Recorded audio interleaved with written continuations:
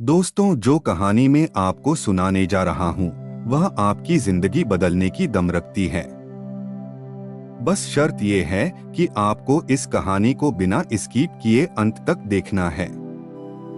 तो कहानी देखने से पहले इस वीडियो को लाइक और चैनल को सब्सक्राइब करके बेल आइकन को प्रेस कर ले ताकि आपको इसी तरह की स्टोरी मिल सके। तो चलिए शुरू करते हैं ये कहानी। बुद्ध से धर्म की दीक्षा लेने के बाद श्री माँ, जो कि उस समय के मगध साम्राज्य की राजधानी राजगृह की नगरवधू थी, उसने अपना गणिका का काम छोड़कर बुद्ध की उपासिका बनने का निश्चय किया। श्री माँ राजगृह की सबसे सुंदर और अमीर स्त्री थी, लेकिन अब उसने अपना सारा समय बौद्ध संघ की देखरेख, भिक्षुओं की आज्ञा पालन और दूसरे अच्छे कामों में लगाना शुरू कर दिया। उसने संघ से हर दिन 8 नए भिक्षुओं को अपने घर बुलाकर भोजन कराने का नियम बना रखा था। उसने 8 निमंत्रण पत्र बनवा रखे थे, जिन्हें भोजन करने के बाद पुराने भिक्षु संघ पहुंचते ही नए भिक्षुओं को दे दिया करते थे। इस तरीके से हर दिन 8 नए भिक्षु उसके यहाँ भोजन करने आते। श्री माँ भोजन करने आए भिक्षुओं को अपने हाथों से भोजन परोसती और उन्हें उचित आदर सम्मान देती।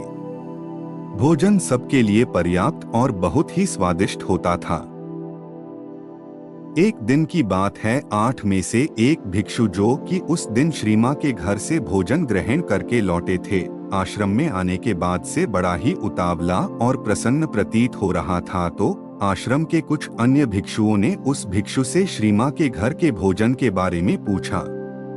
उस प्रसन्न भिक्षु ने कहा, भोजन सबके लिए पर्याप्त मात्रा में था और भोजन का स्वाद ऐसा था कि जिसकी तुलना ही ना की जा सके। इससे स्वादिष्ट भोजन मैंने आज से पहले कभी नहीं खाया था। लेकिन वहाँ की सबसे महत्वपूर्ण और ना भूलने वाली चीज थी उस घर की मालकिन की सुंदरता। श्री माँ एक अद्वितीय सुंदरी है। उसकी सुंदरता की कोई तुलना ही नहीं है। वह एक बहुत ही आकर्षक और सौम्य स्त्री है, जो किसी का भी मन मोह ले। ये सारी बातें वहीं खड़ा एक जवान भिक्षु भी सुन रहा था। उस जवान भिक्षु के अंदर श्री माँ के प्रति आसक्ति पैदा होने लगी। उसने सोचा, जब वह इस भिक्षु की बातों में इतनी सुंदर लग रही है तो वह असल में कितनी सुंदर होगी। उसके मन में श्री माँ की सुंदरता की अलग अलग तस्वीरें उभरने लगी। वह उस स्त्री के प्रेम में पड़ चुका था, जिससे वह अभी तक मिला भी नहीं था। उसने पता लगाना शुरू कर दिया कि श्री माँ के घर भोजन के लिए कैसे जाया जा सकता है। बहुत प्रयास करने के बाद उसने एक भिक्षु से अगले ही दिन का निमंत्रण पत्र प्राप्त कर लिया, क्योंकि अब वह श्री माँ के लिए एक दिन का भी इंतजार नहीं कर सकता था। वह उस रात ठीक से सो भी न सका, क्योंकि वह पूरी रात श्री माँ के बारे में ही सोचता रहा। लेकिन उसी दिन श्री माँ अचानक बहुत बीमार पड़ गई। वह अपने सारे गहने और सजावट की वस्तुएं उतारकर बिस्तर पर सोने चली गई। इसलिए जब वह प्रेमी युवा भिक्षु श्री माँ के घर पहुंचा तो नौकरों ने उसका स्वागत किया और उसे भोजन परोसा। यह देखकर उस युवा भिक्षु को बहुत क्रोध आया और वह अंदर ही अंदर बहुत दुखी हुआ।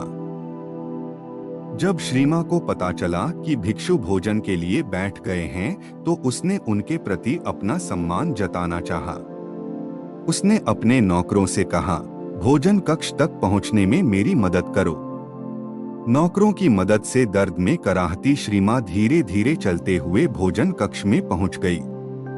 वह पसीने से लथपथ थी और उसका पूरा शरीर बुखार से कांप रहा था। वह हाथ जोड़कर घुटनों के बल भिक्षुओं के सामने जाकर बैठ गई। उसे देखकर उस युवा भिक्षु ने मन ही मन कहा, इतनी बीमार होने के बाद भी यह कितनी सुंदर और आकर्षक है। सोचो, अगर ये बीमार न होती और सारा श्रृंगार करके आती तो कितनी सुंदर लगती।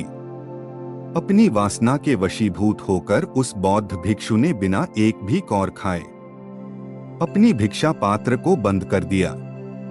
भोज समाप्त होने के बाद वह अपने भिक्षा पात्र को हाथ में लेकर झूमता हुआ आश्रम वापस आ जाता है।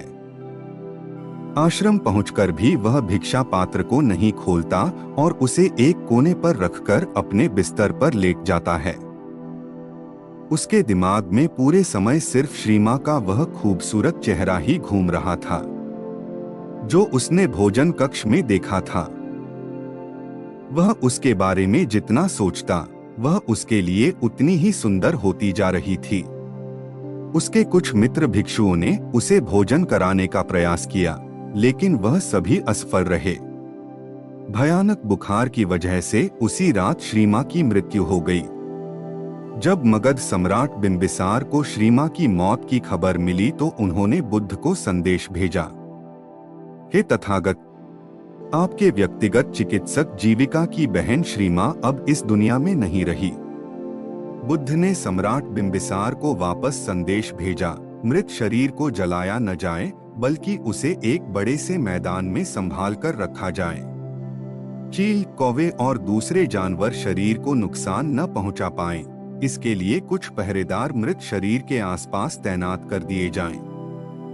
3 दिनों में मृत शरीर सड़ चुका था। शरीर के फूलने की वजह से चमड़ी फट गई थी और उसमें से कीड़े निकलने लगे थे। आसपास का सारा वातावरण दुर्गंध में हो गया था। बुद्ध के कहे अनुसार सम्राट बिंबिसार ने पूरे नगर में यह घोषणा करवा दी कि कल सुबह आज ग्रह के सभी युवा पुरुषों को सिनेमा के शरीर का अंतिम दर्शन करने राज मैदान पर पहुंचना है और जो भी व्यक्ति इस आदेश का पालन नहीं करेगा उस पर 8 सोने के सिक्कों का जुर्माना लगाया जाएगा। दूसरी तरफ उस युवा प्रेमी भिक्षु ने पिछले 4 दिनों से कुछ भी नहीं खाया था। उसके भिक्षा पात्र में रखा भोजन पूरी तरह से सड़ चुका था और उसमें से कीड़े निकल रहे थे। उस भिक्षु का एक मित्र उसके पास आया और बोला, मित्र, बुद्ध श्रीमा को देखने जा रहे हैं। सिनेमा शब्द की आवाज कान में पड़ते ही उस भिक्षु के अंदर अचानक से ऊर्जा लौट आई और वह तुरंत उठकर खड़ा हो गया। उसने अपने भिक्षा पात्र में से उस सड़ रहे भोजन को बाहर फेंका और उसे अच्छी तरह से साफ किया। जब भिक्षा पात्र से भोजन को फेंक रहा था तब उस भोजन से निकल रहे कीड़ों की तस्वीर उसके मन की गहराइयों में बैठ गई। भिक्षा पात्र साफ करने के बाद वह भी आश्रम के बाकी भिक्षुओं के साथ राज मैदान की तरफ चल पड़ा। राज मैदान पर युवाओं की एक बड़ी भीड़ पहले से ही इकट्ठा हो रखी थी।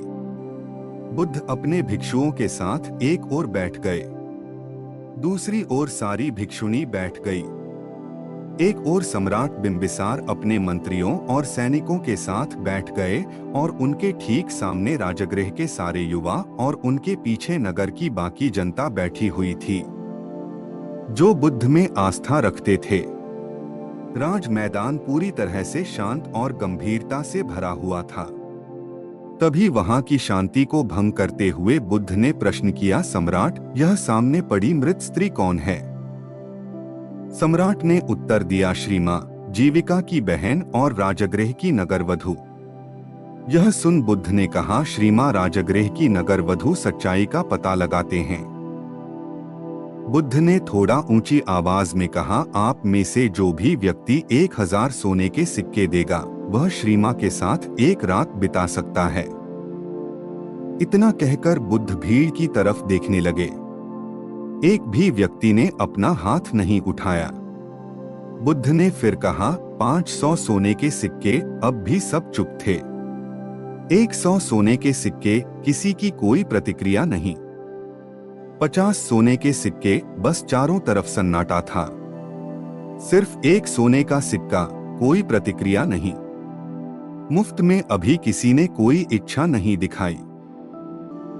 बुद्ध ने कहा, देखा भिक्षुओं, यह वही स्त्री है जो 4 दिन पहले तक नगर के हर पुरुष की चाहत थी। सब इसे अपनी इच्छा पूर्ति का साधन समझते थे। इसके साथ एक रात बिताने के लिए हजारों सोने के सिक्के देने को तैयार रहते थे। एक दूसरे को मरने मारने को तैयार रहते थे। लेकिन आज उसी नगर में उसी स्त्री के शरीर को कोई मुफ्त में लेने को भी तैयार नहीं है। यही हर इंसान के शरीर के साथ होता है। हमारा यह शरीर अल्पकालिक और नाशवान है। इसे केवल सुंदर गहनों, कपड़ों और सुगंधित इत्रों के द्वारा आकर्षक बनाया जाता है, लेकिन हमारा कोई भी प्रयास इसे बूढ़ा होने, बीमार पड़ने और अंततः नष्ट होने से नहीं बचा सकता। केवल मूर्ख ही अपने आप को कल्पनाओं से जोड़ते हैं और जो मलिन है उसे सुंदर और आकर्षक मानते हैं। भीड़ में बैठे उस बीमार युवा प्रेमी भिक्षु ने भी बुद्ध की सारी बातें सुनी। बुद्ध की ये बातें उसके दिल को चोट कर गई।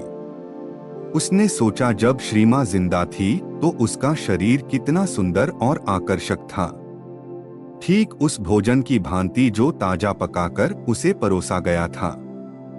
हालांकि समय के साथ उसके कटोरे में रखा भोजन सड़ गया और पूरा भिक्षा पात्र कीड़ों और मक्खियों से भर गया। इसी तरह एक बार जीवन ने सिनेमा के शरीर को छोड़ दिया तो वह फूल गया, कीड़ों से भर गया। उसमें से तरल पदार्थ निकलने लगा और वह मक्खियों व दूसरे जीवों का आहार बन गया। अपने स्वयं के शरीर के बारे में विचार करने पर वह समझ गया कि वह अलग नहीं है। यहाँ तक कि इस दुनिया में कुछ भी उसके शरीर को बर्बाद होने से नहीं बचा सकता। इसलिए अपने शरीर और कल्पनाओं से लगाव रखना एक भ्रम मात्र है। इस नए ज्ञान के साथ वह अरहंत बन गया, यानी एक ऐसा मनुष्य जिसने अस्तित्व की यथार्थ प्रकृति का अंतर्ज्ञान प्राप्त कर लिया हो और जिसे निर्वाण की प्राप्ति हो चुकी हो। अगर आपको ये वीडियो पसंद आया हो तो आप अपने दोस्तों के साथ इस वीडियो को जरूर शेयर करें दोस्तों। इसके साथ ही इस वीडियो से आपको नया क्या सीखने को मिला, ये हमें कमेंट बॉक्स में कमेंट करके जरूर बताएं। क्योंकि दोस्तों, आपका एक कमेंट हमारे लिए बहुत उपयोगी है और हमारे लिए मोटिवेशन का काम करता है। इसलिए कमेंट करना बिल्कुल भी ना भूलें। आपका बहुमूल्य समय हमें देने के लिए धन्यवाद।